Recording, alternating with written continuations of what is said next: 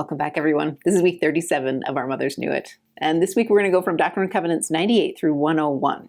Although I do have to warn you ahead of time, this is not going to be a normal week in the course. In fact, this week and next week, things are going to feel a little bit different. And that's because I'm standing in sort of a perfect storm of projects. You know that George Clooney movie where those two big squalls happen to hit in the same place at the same time? That's sort of happening in my life right now. I've got these two very good, very exciting projects that just happen to collide. And that means I have to make some changes in my life in order to keep my sanity and maybe not run faster than I have strength. So for the first time in 6 years, I am taking 2 weeks off. And not in the traditional way. I promise I will still be here. In fact, I'm not going to be on a beach anywhere. I'm going to be working like crazy for the next 2 weeks. I'm just creating a different kind of goodness than I create here. And there's only so much of my time to go around. So here's my game plan for the course. I don't want to leave you shorthanded. So I'm still going to provide you lots of ways that you can study the gospel and teach the gospel creatively. I'm just going to pull heavily from the archive.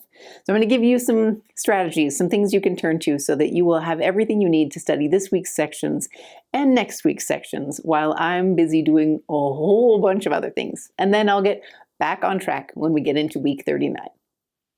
Thank you for understanding, you guys, and giving me some space to accomplish other things in these next 2 weeks. I can't wait to tell you more about it. So grab your scriptures, grab your notes. Now it's time to listen to the 2021 commentary. Welcome back to Creative Come Follow Me, you guys. This is week 37. We're making headway. Okay, so we're covering 4 sections today. We're going from 98 all the way up through 101. 98 actually could often be taught with the verses you studied last week because it was revealed the same time as other sections of Scripture. So at 94, 97, and 98 were all revealed around the same time and sent to those saints in Missouri in a letter in August of 1833. 99 is a little bit different. That one is actually one that's been misdated. And so we know now that it actually should have been inserted about between sections 83 and 84. It's a call to the mission for John Murdock, and we'll study it. It's the cute little short section amongst some of our other bigger ones this week. So just so you know, that one's a little bit out of place. As we jump into 100 and 101, this is mostly direction to the saints whose persecutions are intensifying rapidly in the late fall. In fact, around Halloween time and the very beginning of November, the violence intensifies. It was pretty bad back in July when we studied last week, and now it is ramping up, mostly because back in July, this is when the printing press was thrown out and, the tar and feathering occurred for Bishop Partridge. At that point in time, seeing no other option, the leaders of the saints agreed to sign a statement that said they would leave the county. So by January 1st, their first wave of saints was supposed to move out. And then in April, the second wave was supposed to move out of the county. And that was the agreement they signed. In the meantime, between July and now, we have they're starting to seek legal options. All these properties were purchased legally. They've developed the land legally. They've done all of this by the law, and they're getting advice from Joseph and even from the Lord to seek counsel and to use the law to their favor. So when the surrounding citizens hear that they're not just going to take off, that there actually might be seeking some legal means to defend themselves, it intensifies the persecution and things get ugly really fast. But we'll study all about that. But that's kind of what's happening in time. So you're going to see a lot of guidance about how to handle persecution. You'll see a lot of guidance about how to turn to the Lord in times of suffering and trial.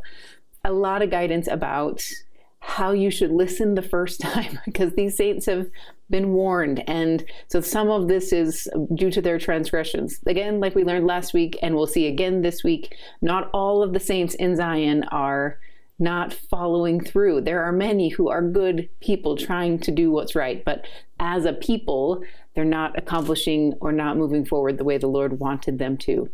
So they're suffering some persecutions as a result of it. So that kind of gives you the lay of the land for where we are in time, but there is so much goodness in the verses that applies directly to what we are struggling with today. Even just this week, I've seen answers to my prayers in these verses. So let's get into the verses and see what kind of bubbles to the surface.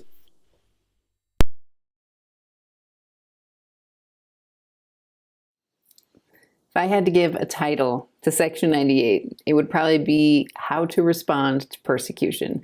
This is in August, remember, so they haven't faced the persecution that's going to hit even harder in late October, early November, but they've seen some incredible violence already among the saints.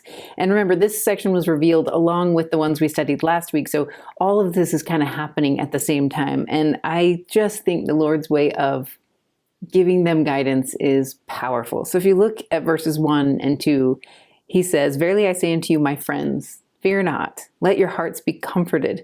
Yea, rejoice evermore, and in everything give thanks, waiting patiently on the Lord, for your prayers have entered into the ears of the Lord of Sabaoth, and are recorded with this seal and testament." This to me is soft guidance to use your agency. We're going to see this in a few different ways this week in the sections, but I think the idea that we can choose to rejoice, that we can choose to be at peace, that we can choose to fear not, is a reflection of the agency that God wants us to use. It's tempting, especially in these situations where they've faced so much hard, to choose joy, to choose not to be afraid, to rest on the promises that he gives them.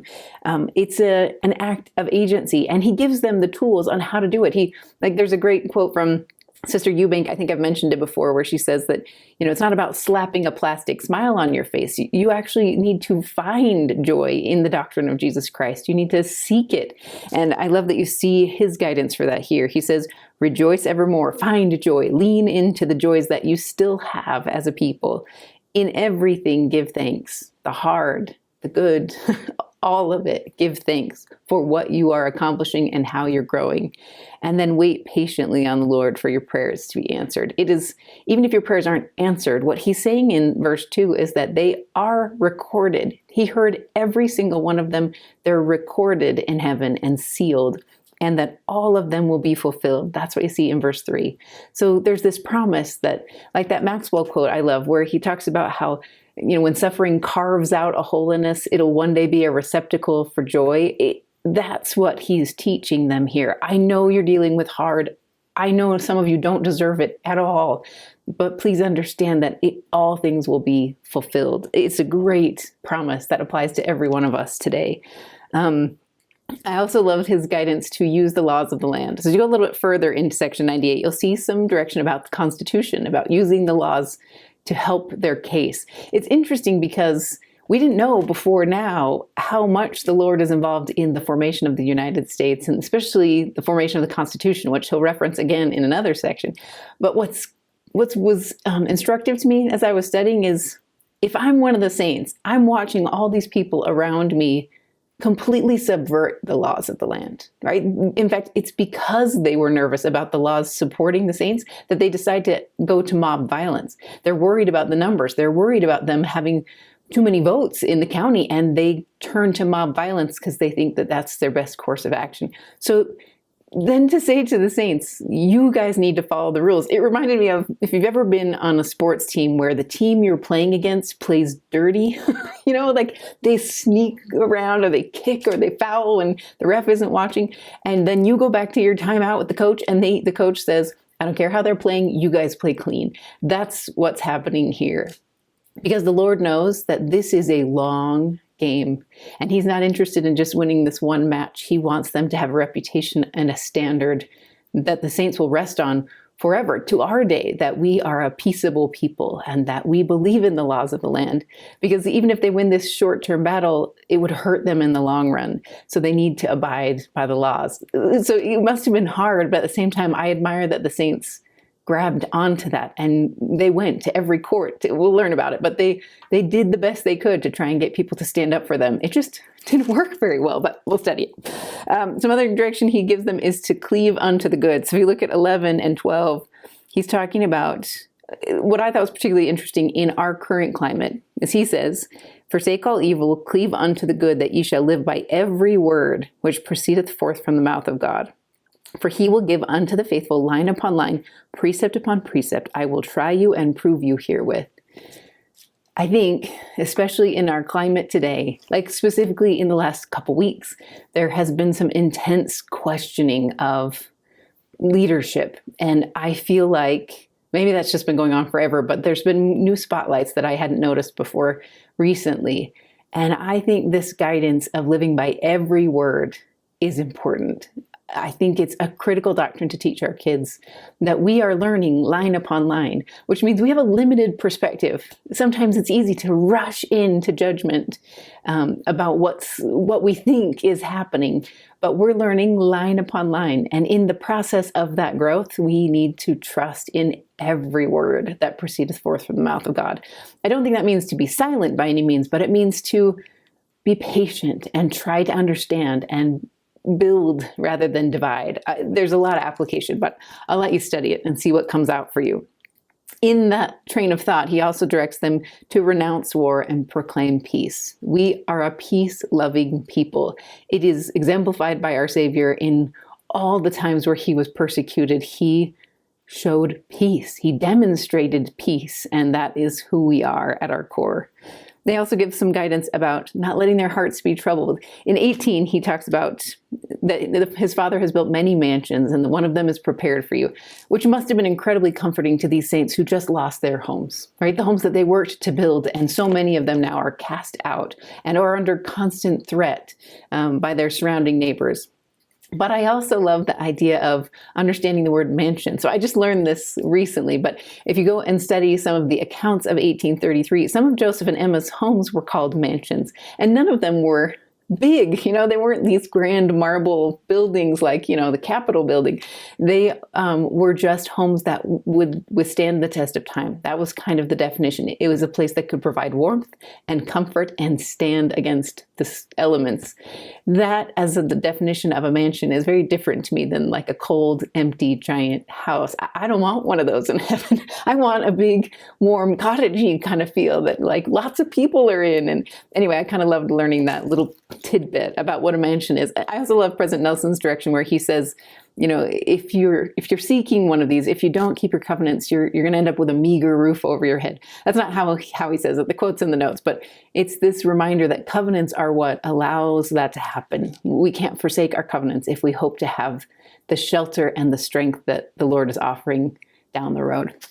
Some other things you'll see is that he asks them to bear their afflictions with patience. Even, it's one thing to bear afflictions that I'm enduring, but like in 23, he's talking about their families enduring persecutions. And that's harder. To watch your kids suffer because of our choices in our religion is harder than my own suffering. And he's asking them to show patience. And I think one of the best examples this week is in Edward Partridge. If you haven't read his account about that July 20th incident where he is tarred and feathered, it's a beautiful example of this, bearing patiently to the point that he bears it with so much meekness that his persecutors stop because they almost don't know what to do. It reminds me of that story in the Book of Mormon. Remember when there was a big battle and the Anti-Nephi-Lehites won't hold their weapons because they're all buried, and so the persecutors stop, the Lamanites stop attacking over time, and then they convert. There's a little bit of that feel to these verses. It's also important to understand that these verses are not an endorsement of abuse by any stretch. So if you want to learn more about that, I give you some links to some great pages on the church website where you can learn more about our stance on abuse and how to fight it and how to handle it in church settings, because I think sometimes that message can get mixed when we're thinking of turning the other cheek. So it's good to teach both sides. Okay, there also is justification for war at times, for aggression at times, but it all comes through the Lord's judgment. And that's what we see in the Book of Mormon over and over again. That's a story about war over and over. We read about war in the Book of Mormon, but you have to be on the Lord's side of the line. And that's kind of his direction here too, is he's saying, when people are coming at you, raise the standard of peace first. That's what you see in 34. Proclaim, if any nation, tongue, or people should proclaim war against them, first lift a standard of peace unto that nation or tongue. That is the direction. We seek peace first, but there is reason as long as the Lord is on your side. And you can get into that in the verses.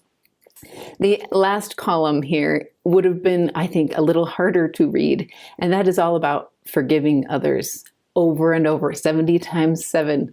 And if I'm the saints in Missouri reading this, that may have been hard to read. But when we keep in mind, and I'm sure they must have, because a lot of them stayed strong, the forgiveness that we seek on a daily basis from our own Savior, you can see why we don't have a real option there, where the grace that we've been extended, of course, needs to be extended to others. But the verse that really helped me understand that doctrine was in 45. And it said, "And if he do this, thou shalt forgive him," talking about the persecutor, if he repents, that thou shalt forgive him with all thine heart. "And if he do not this, I, the Lord, will avenge thee of thine enemy 100-fold." So I read a talk by Elder Uchtdorf that talked about a mighty change of heart, and it tied it to forgiveness. And I loved that idea. I think sometimes when there has been a real deep offense, this idea of being able to forgive freely is really hard with just my abilities. But when I use the atonement of Jesus Christ as a tool, it can be done. Because the atonement of Jesus Christ can create a mighty change of heart. And then I can let things be in the Lord's hands. And that's what he's asking us here. He's asking us to do everything we can with the tools that he's provided us to forgive, and then let it be in his hands. It's just powerful doctrine.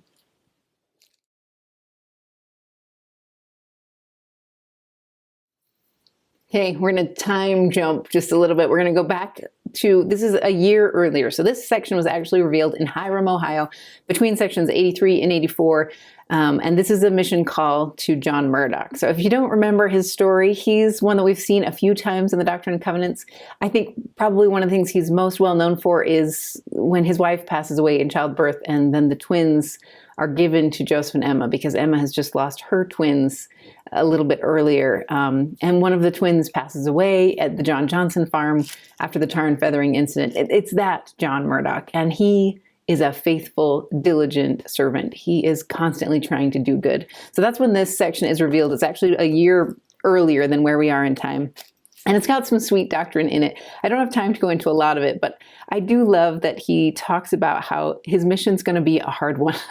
John's already making some pretty big sacrifices. He has to get his kids, he has 3 other children, 3 older kids than those twins, and he has to make sure they're taken care of as well. And so they had been living at different family members' homes, and he wants to get them to Zion. So he has to kind of arrange for that in the process. He's not going to see his kids for 2 years as he does this mission. Eventually, when he comes back for Zion's camp, he'll be reunited. But his 6-year-old daughter at that time passes away within just a little time of reunion, and then he loses her. So he's dealing with significant hardship. And I think it's interesting that the Lord, right off the bat, says, you're going to go in the midst of persecution and wickedness.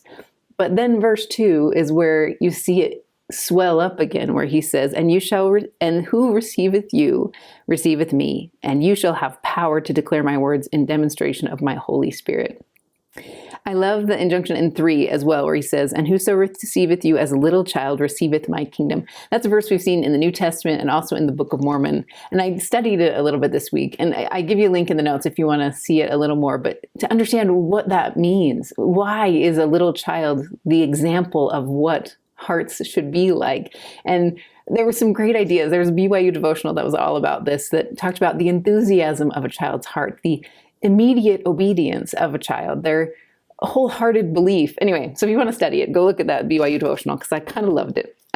He also gives him direction to take care of his family first. I think for all of us, as we're trying to fulfill our callings, this is a constant reminder. There is going to be a bit of a juggling act at all times, but we need to make sure that our families are cared for when we're going to go do our work. And that there are compensatory blessings for John Murdock. Again, if you want to go in the notes, you can see a few of the things that happened to him amidst all this hard and sacrifice. He had beautiful experiences. He sees the Savior in the school of the prophets, and his account is simple but clear. And anyway, so he has a good life all amidst all the hard. And that's section 99.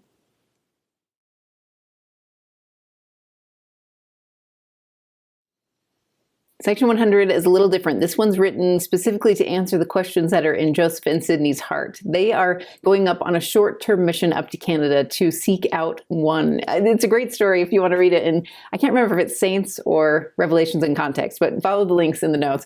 That basically that someone joins the church from Canada and says, there's more up there. In fact, there's one person I want you to go teach. And the prophet himself says, okay, and goes up to Canada. But the risk is that his family is left behind. So he and Sidney are going to go together for about a month, and they're worried about their families. This is a few days into their mission, it sounds like, and they're constantly worried, and the Lord comforts them in that. There are some real threats at play, not just the hostilities we've already talked about, but there are some apostates who are vehemently against the church, and specifically against Joseph. So one, Philastus Hurlbut, I think is how you say his name. I picture him, I don't know what he actually looks like, but I picture him very sinister in my mind. And he speaks about washing his hands in the prophet's blood. That's how much he hates the prophet. And it is, I mean, if I were Joseph or Emma, I could understand the fears in their hearts. So the Lord wants to comfort them. And that's where this revelation comes from. The thing that I think is so sweet about it is he lets them know right up front that their families are in his hands. So that's verse 1 of section 100, where he says, "Verily, thus saith the Lord unto you, my friends, Sidney and Joseph, your families are well. They are in mine hands, and I will do with them as seemeth me good, for in me there is all power." So if you've been in Joseph's spot, where he doesn't find out about the persecutions in Missouri for almost 2 weeks, he must be constantly worried because there's no way to quickly communicate. And the quickest possible way to know if your family is well is to seek the guidance of the Lord. And I love that the Lord takes time to answer. We had an experience when Hannah was preparing for her mission. So Jason had already been through cancer once, and things were starting to bubble back up to the surface. This was about 2 years later, November of 2018. And we weren't sure how things were going to go. And it made sending her even harder. But the promised blessings were that things would be okay. And when I read these verses, it kind of brought back those memories. Things were hard. Don't get me wrong, things were really hard while she was gone, but we were also okay, and we were in the Lord's hands. And I loved that these scriptures brought all that back. I hope you've seen moments like that. He also gives them some big promises about effectual doors that are going to open. It's not like they go to Canada and 1,000 people convert to the gospel, but a few people do. There's, I think, 14 or 15 that join the church just directly from this mission. And from those, more and more come. Like John Tanner comes from this chain of people who join. And they have some remarkable experiences while they're there, both Joseph and Sidney and the people that they teach. And you can read about them in the notes. But I love the idea of an effectual door, that the Lord will find a way to make whatever narrow passage we open up effectual. A floodgate, comes from our tiny opening that we're able to crack open. So I love the idea of an effectual door. He also gives them guidance about knowing when to speak. So you see, this applies to all of us, but in 5 and 6, "Therefore verily I say unto you, lift up your voices unto this people, speak the thoughts that I shall put in your hearts, and you shall not be confounded before men."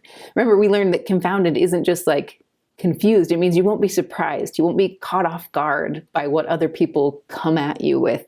And then 6, "For it shall be given you in the very hour, yea, in the very moment, what you shall say."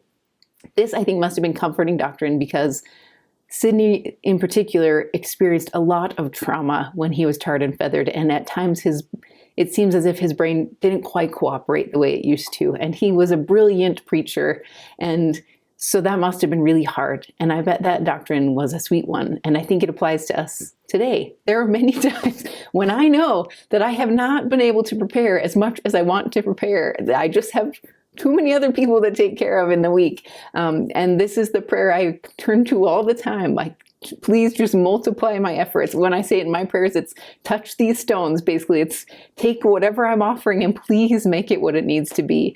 And in these verses, he promises that he will, and I can testify that he does. So I love those, especially for missionaries, but for any of us teaching. He also promises that he gives them a kind of a division of labor. So he talks about Joseph being that he's going to focus on teaching and expounding the scriptures, and that Sidney will be his spokesman at time. Again, I think that must have been powerful given the trauma that Sidney had been through.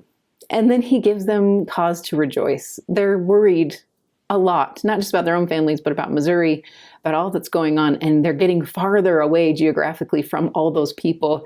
And the Lord tries to put their hearts at rest. He asks them to rejoice in 12. In 13, he reminds them that Zion will be redeemed.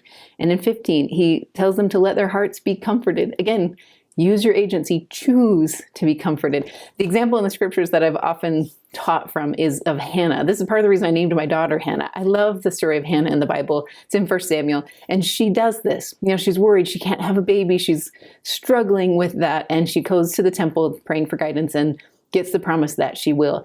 And the verse that I love is when they talk about Hannah going away rejoicing, that her countenance changes and she was no more sad. At this point in time, she has no evidence that a baby is there. No one will see it for months, probably. She won't feel it for 4 or 5 months. But she believes in the promise that she received at the temple, and she takes joy in it. And that, I think, is critical doctrine for me, hopefully for everybody, that when you can't find joy in the circumstances of your life, you can find joy in the covenants and the promises and the futurity that is ahead. And I love those verses.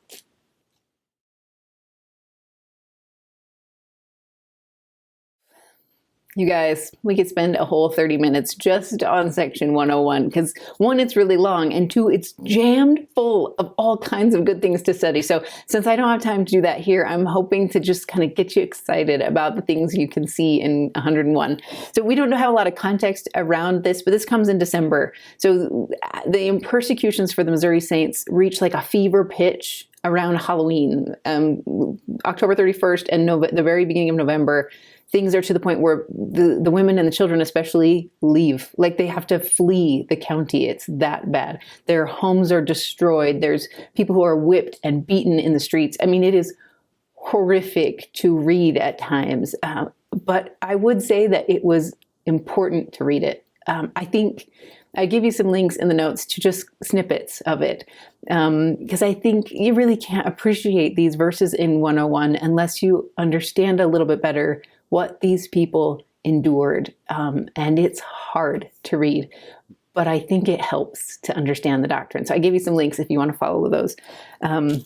We don't know exactly why Joseph got this section, but we do know by studying it, you can see some of the questions rise to the surface, like why they're being persecuted, what's going to happen to Zion, are they supposed to gather somewhere else now? Some other elders in the church thought maybe they needed to restart Zion in a different place because it failed there. And all these questions are kind of swirling around. Do we still gather together in large groups despite the fact that that's what the mobs don't like, is that there's so many of them coming to one place that they get nervous. And anyway, so there's all those questions kind of hovering in their situation, and you see some of the answers put forth here. When it starts, you start to understand a little bit why they're being persecuted, and it's for a few reasons. Like we talked about before, it's not just their transgressions, but some of it is. So in mine, I have verse 2 where it says that wherewith they have been afflicted in consequence of their transgressions kind of circled, and then I drew lines to all the different transgressions that are listed in like from 6 to 8 or so.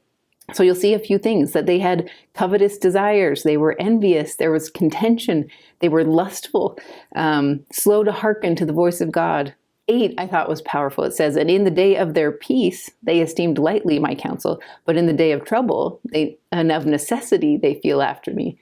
Meaning they don't want a relationship with God in times of good. They feel after him and get nervous because when times get bad, then they start to pray. And that kind of stung me a little. There are times I'm very guilty of that, where it motivated me and made me want to do better in times of peace, in times of health, to be more grateful for what I've been blessed with.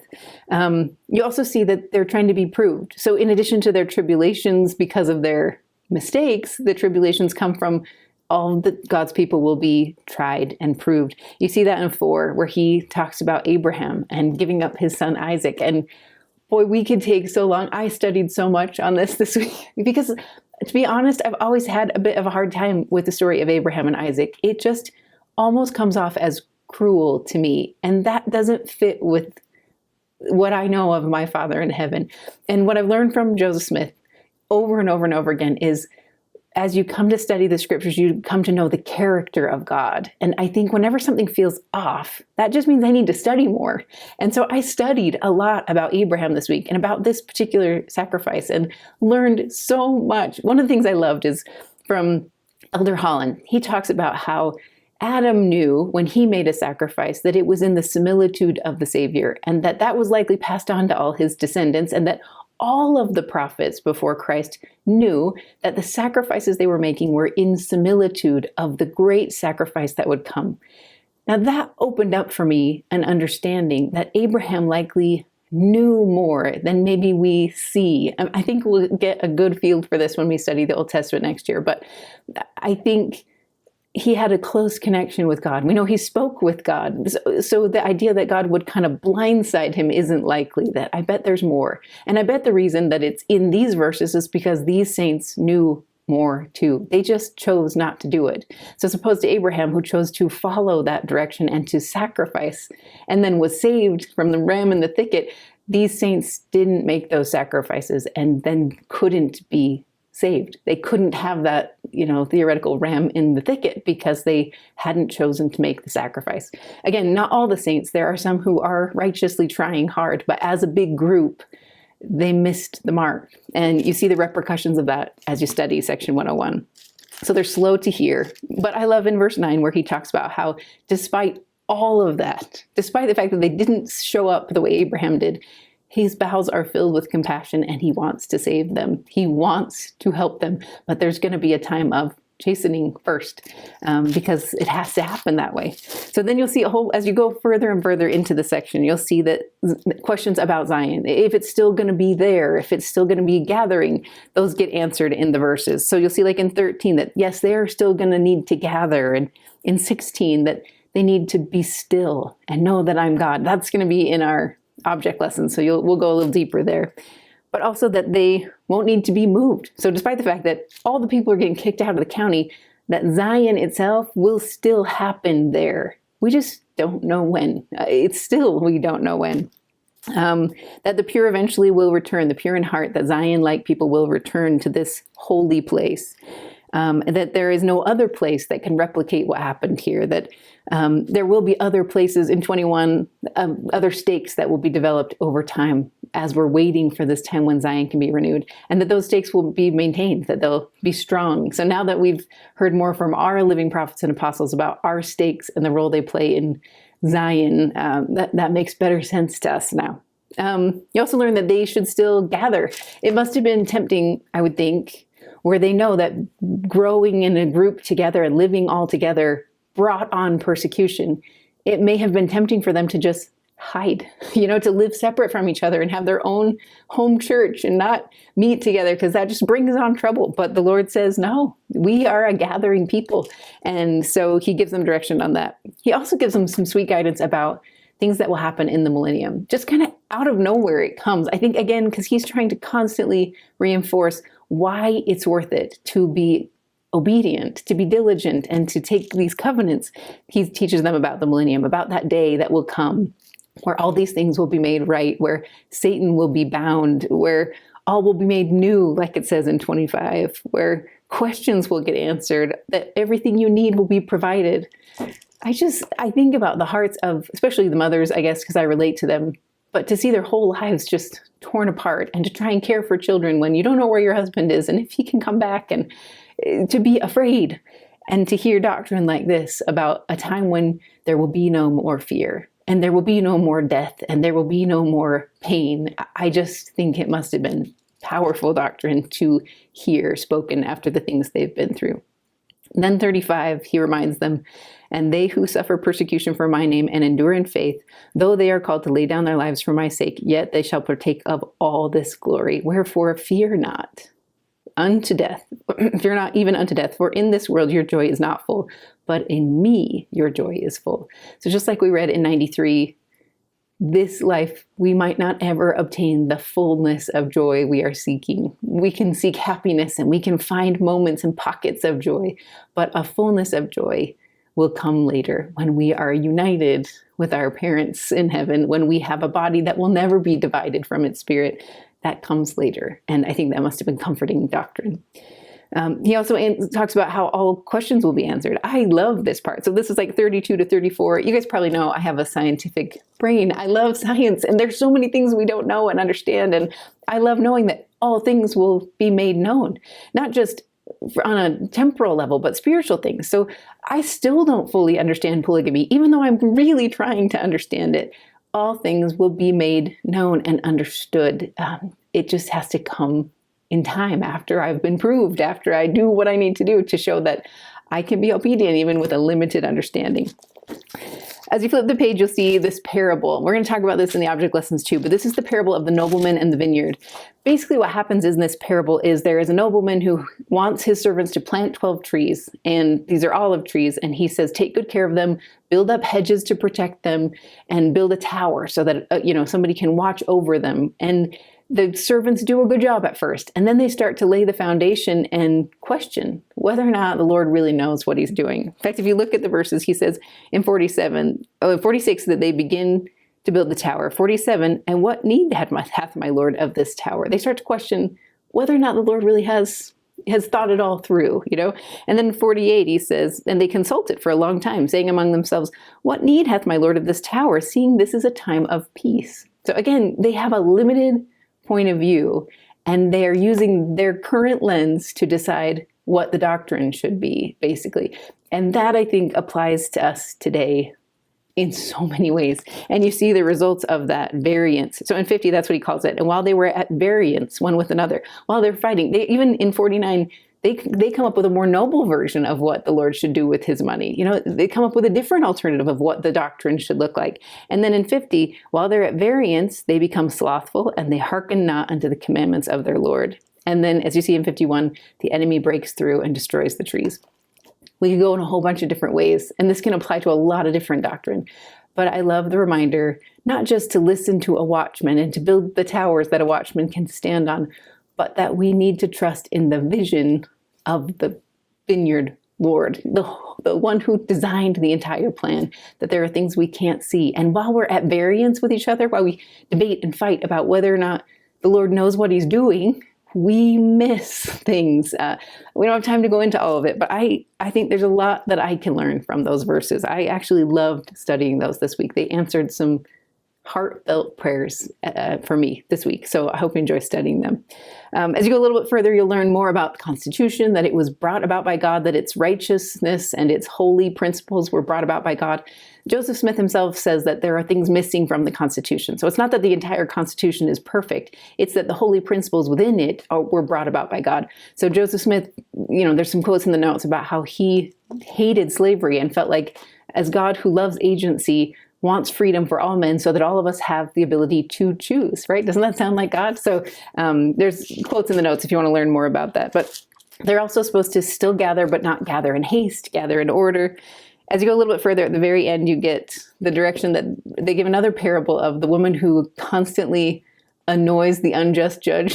Basically, it's kind of saying, don't stop. Go to every level. Go to the mayor, go to the governor, go to the president if you need to, and plead your case. I think the parable is to imply, don't be afraid of being annoying. just follow the rule of law so that you always have that to stand on. And then as they get a little more guidance on how to handle Zion. Like in 96, they're advised not to sell their property. In fact, they're supposed to buy more in Jackson County if they can. They're supposed to, in 99, claim and hold claim on what they've purchased legally and defend it. And then these promises in the very end of 101 are kind of similar to the Book of Mormon promises, where you see the Lord saying, if you are obedient to the commandments of God, this land will be a promised land for you. And that same feel is in these last few verses here, that it all hinges on their choices as saints, and that the promises are enduring if they choose to live diligently. So it's just full of good stuff. I hope you love 101.